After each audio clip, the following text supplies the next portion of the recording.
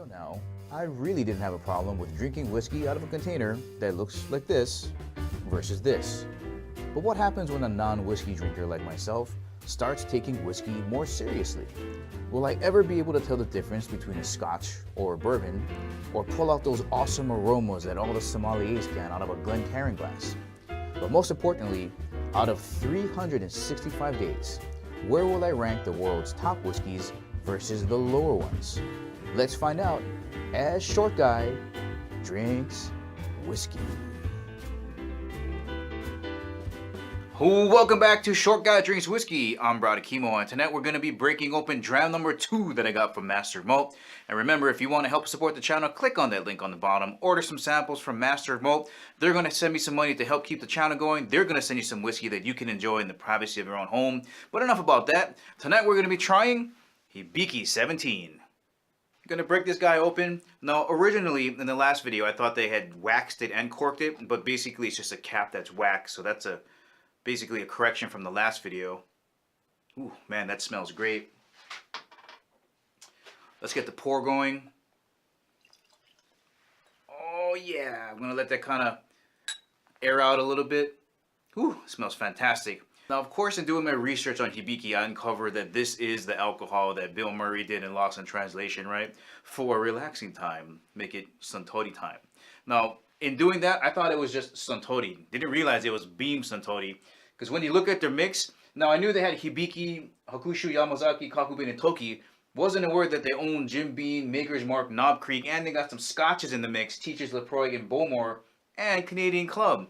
Wackiness. I just found it very strange, and I know there's probably more examples out there like that, but really weird that a bourbon company is owned by a Japanese company, especially the Scotch stuff down here. But yeah, that was a surprise. So right now when you jump on the Suntory website, you're going to see they got Harmony, the 17, and the 21. There are some older ones out there, but this is what they got to offer. We're going to be focusing on the 17. Now, what I didn't know was, I didn't know it was a blend either. So these guys take a really long time in deciding where the grains come from, because they have 2 different distilleries that the malt comes from, and then another distillery that takes care of the grain. And it's a painstaking process. Just like everything Japanese is so precise. They take a lot of time in deciding which one of these 2 to blend together.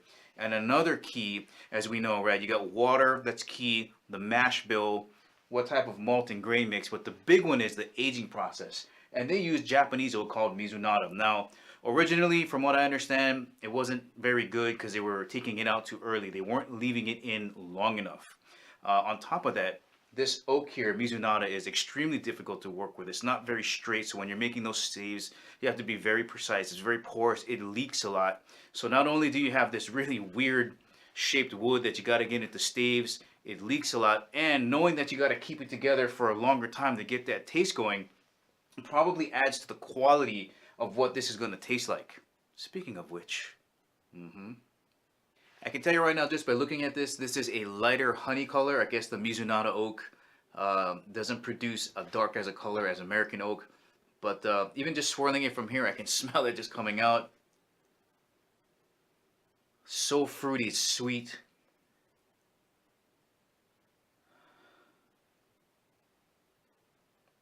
Smell the wood in there. Oh man, that smells so good. Taste time.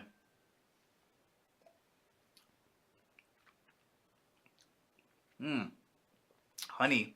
There's honey in there. That's the first time I was able to pull out honey. A little bit of smoke in there.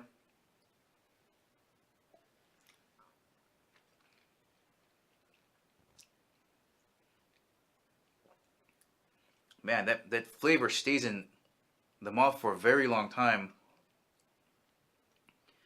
Oh, fantastic. Hibiki 17-year-old, rocking my world. I think I prefer this over the E.H. Taylor from Buffalo Trace. Well, man, that's fantastic. Exceedingly kind of rare to find, I think, or not maybe rare, but very expensive. I think I seen it bought for like $250, maybe upwards to $300. Again, I think because of the aging process and the type of wood that they use, that could be contributing to the price. But I can't wait to finish this dram here. So guys, that's the ending of the review for the Hibiki 17. If you enjoyed it, please give me the thumbs up. If you haven't subscribed to my channel, please do. And remember, Okole Maluna.